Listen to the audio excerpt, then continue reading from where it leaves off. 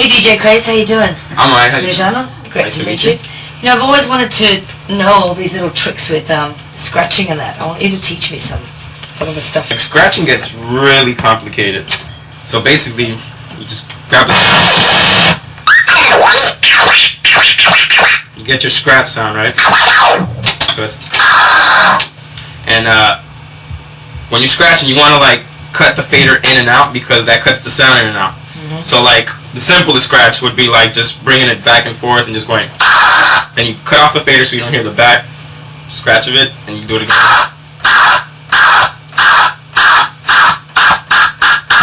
That's just a simple scratch. And then from that you could just go on to like the military scratch, which is like sounds like a march. And then from there, like in the recent years, it's gotten really crazy. Like with this thing called the crab. So what you want to do is like you snap your fingers, all of them, on the fader. So you go. Oh wow! And that makes it sound like. You know what I'm saying? It sounds like, yeah, it sounds really fast, but it ain't, you know, it's not really hard to do. And then there's this other one called the flare, and this one's like an illusion. It's like you're really not doing it that fast, but it sounds like you're going fast. What it is like you start with the fader on, cut the fader off, cut it on, so it's like.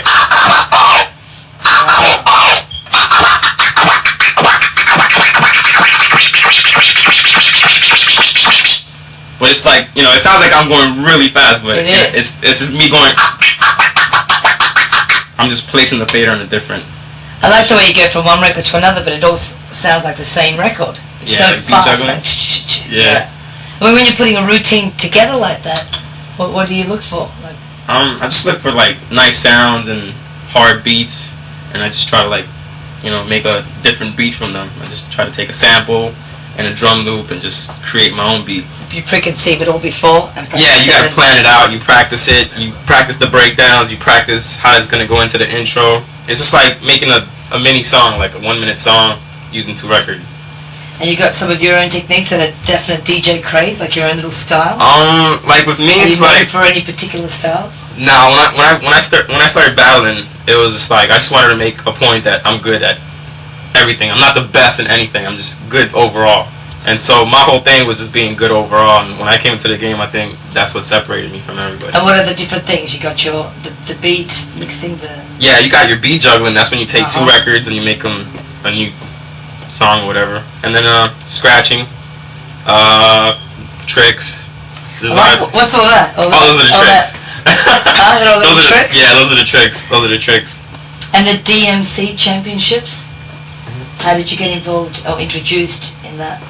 Well, I was battling, and this one my ex manager, he told me to join the DMCs to like see if I could win, and I did the regionals, then I went to the nationals, and then I went to the world.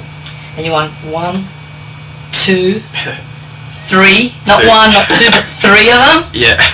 How did that affect your career? Oh, it affected it really good. Affected it really good. Yeah.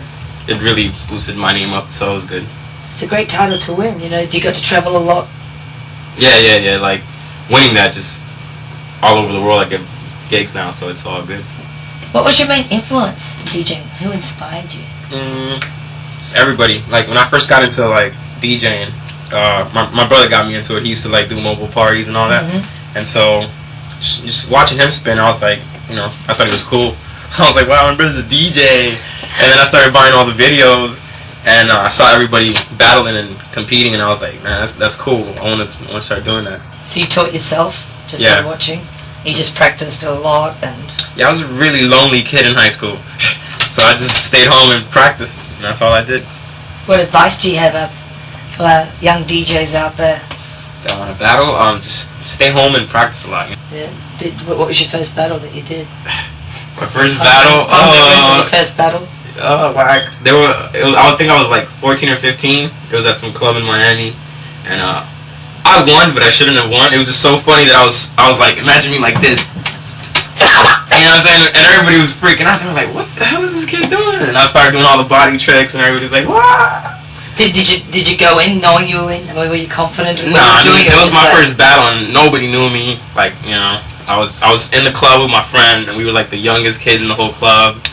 I was nervous. Do you think age had anything to do with it, being so young? That yeah, I mean, everybody was just freaking out. Like, when I first got on stage, they were like, go home, it's bedtime. I was like, oh, damn. But as soon as I started scratching and doing my thing, they were like, whoa, he's kind of good.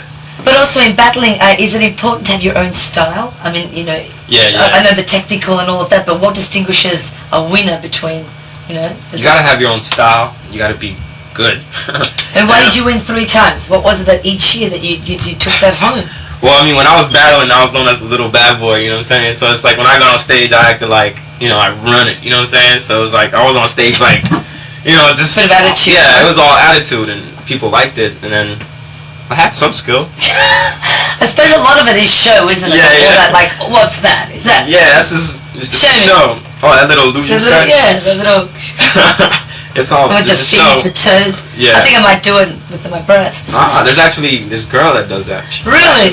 Yeah. No, there is? Yeah, but she don't battle though. She starts spinning in the middle of her show. She's like...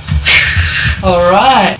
So with table turbalism, it's a... Turbalism. What do you see the future there?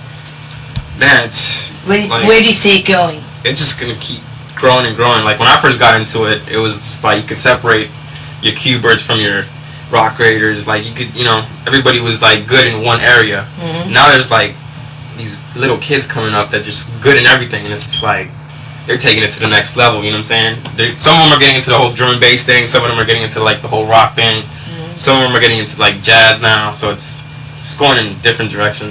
Let's talk about your style a little bit, the dynamics that you use. I incorporated the whole like drum and bass thing into turntablism. Mm-hmm. So like when I'm doing a routine, I like to break it down in a hip hop style, and then towards the end just break it down drum and bass style. Yeah, can you distinguish between like a DJ and a turntablist? Sure. A DJ is somebody that, you know, rocks the crowd, you know, mixes, rocks the crowd. Mm-hmm. You know, that's it. With turntablism, it's like we just take it a little bit farther. You know, we try to use the turntable as an instrument. Do you play any other instruments apart from the turntables? I try to play the drums. Ooh, and I'm not that good. Not that good? I'm still practicing. I'll get good one day. You'll get good. Keep practicing. Yeah, practice. That's the key word. Yeah. Let's talk about spinning for a while. What's important for you there when you're spinning? When I'm spinning, it's like, you know, the vibe's very important, the crowd's very important, selection's very important. That's about it. Yeah, little tricks, a little technique. Little tricks here and there. Transitions, where you're gonna go. Yeah, you gotta know, you know, you gotta like take them on a little journey and stuff. You gotta like rock the crowd basically. Absolutely.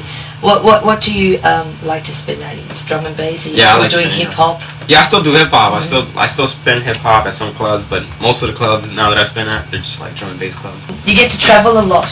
Yeah. Obviously, with this line of work. Mm-hmm. How is it going to all the different countries? Is it each place different? And yeah, it's cool. It's like, you know, I'm traveling the world, seeing everything. You know what I'm saying? There's different vibes everywhere. Like in Europe, they're really into the music. You know what I'm saying?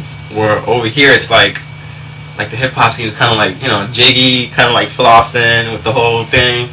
In Japan, they're really big on turntablism. It's like they don't, you know, it's like turntables out, so guitars out there. So they're really big, you know, on turntablism. And then I went to Brazil. You went to Brazil? Yeah, wow. What was that like?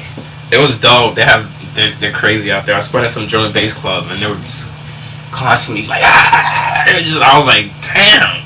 What was the craziest gig that you can remember for you? I think maybe last year, Audiotistic in LA. It was me, Ronnie Size, and Storm. Wow. And like I went on right before Ronnie, and it's like 5,000 people just going crazy for the music. And it was just like, the energy's great. Yeah, it just felt good. Yep. How do you think the culture here in America with the drum and bass? Do you think they've grasped that? Do you think it's the next evolution of hip hop, or? I mean, I think so. I think it's like, I think drum and bass has sped up hip hop. You know what I'm saying, with an extra beat in it. I think that's what it is. But you know, in the States, they catch everything kind of late. You know, so. Whoops. Whoops. No, but yeah, I mean, it's catching on. It's like there's a lot of more vocal stuff in it now. So tell me a little bit about the equipment. Oh my God, DJ Craze? This is your own little mixing? Yeah, there's more mixer coming out on stand. So what, you actually got together with the people that make this and gave them your ideas of how to improve it? Yeah. And how would you improve? They just came up to me and they were like, we want to do a mix for you. What do you want? And I was like, all right, I want this, I want that, I want that. And then they just came up. So what's a DJ Craze signature mix that's different to another? It's a battle mixer that, like, you know, I don't battle no more, so I mix a lot. And it's like a battle mixer that I could use when I'm mixing because it has effects. They got everything your battle mixer has, like, you know, two channels, EQs, transforming switches, hamster switches for all the faders, curves for all the faders, and just little extra things like this pre-EQ thing right here. So what's that? You could hear yourself scratching on the headphones without letting people hear what you're doing. Right. Just little extra things like, you know, the headphone thing. I like that. He's got like two little holes, the little one and the big one, in case you forget, you know, when you're on the run. For the DJ on the run. Which has happened quite a lot. Yeah. And what about needles? Like when it comes to scratching, and there's certain types of needles, obviously, that you need to use. Yeah. You have a preference? Yeah, I use Stan. You know, I'm sponsored by Stan, and they treat me really good, so I treat them really good. Yeah. And so I had my needles. I had Craze needles come out last year, and now I'm using these.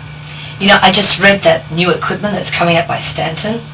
Final Scratch. That with the laptop and it's all Final Scratch? Yeah. No more we're going to be lugging around records and CDs. You just pop get your laptop on and you can scratch with it, you can do everything. And how does that work? I mean, it's actually on a record, so you're mixing. There's like a digital timecode thing on the record, and you connect this little box to the mixer, and the little box connects to the computer, and it picks up whatever sound coming out of it, and it just tells the record what to be, and that's it. Are you going to be using that a lot? Yeah, I've been using it for like 3 months. You've been downloading all your music? All my music straight to the computer. That's amazing, isn't it? Yeah. Just pop it open. But I mean, you must have crashing problems. Yeah, I mean, it's computers, you know what I'm saying? Yeah. Like, sometimes they crash, so I always bring backup vinyl though, so it's all good. But it's great because, like, let's say you go to a party and you're not expecting it to be something that you normally play. You could just have your whole collection there and you're just like, oh, alright, it's this kind of crowd, boom. It's amazing. Got your Definitely record right the future, isn't it? Oh yeah, when I saw it I was like, this is Back to the Future shit right there. Are you making? Yeah, I'm starting to make beats right now. I just got all this equipment like a year ago, so I'm still learning. We got it all on? Yeah, still learning. There's a lot of buttons. I'm just used to these 2 buttons. And are you playing with a group now? No, I have a crew called the Allies. We're all turntablists. We've all won like a lot of titles, and we're just throwing our battle, doing a magazine, just trying to keep busy, making beats. Good. Yeah. What are your new projects? Just me and Infamous, one of my crew members, we're working on some experimental hip hop type stuff. Then I have this record coming out on Warp. It's me and this guy named Push Button Objects. We're doing a hip hop thing. I'm gonna start my drum and bass label. Oh yeah? Like next month, yeah.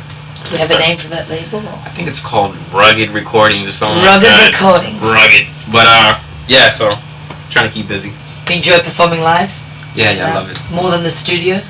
No, I love that too. You love it too?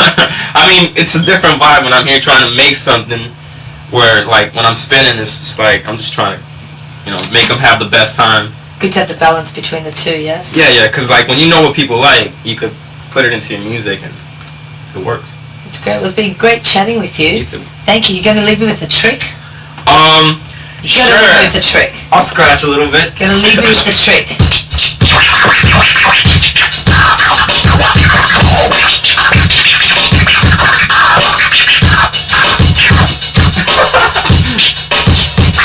You make it look so easy. All you do is fast it out. Just go.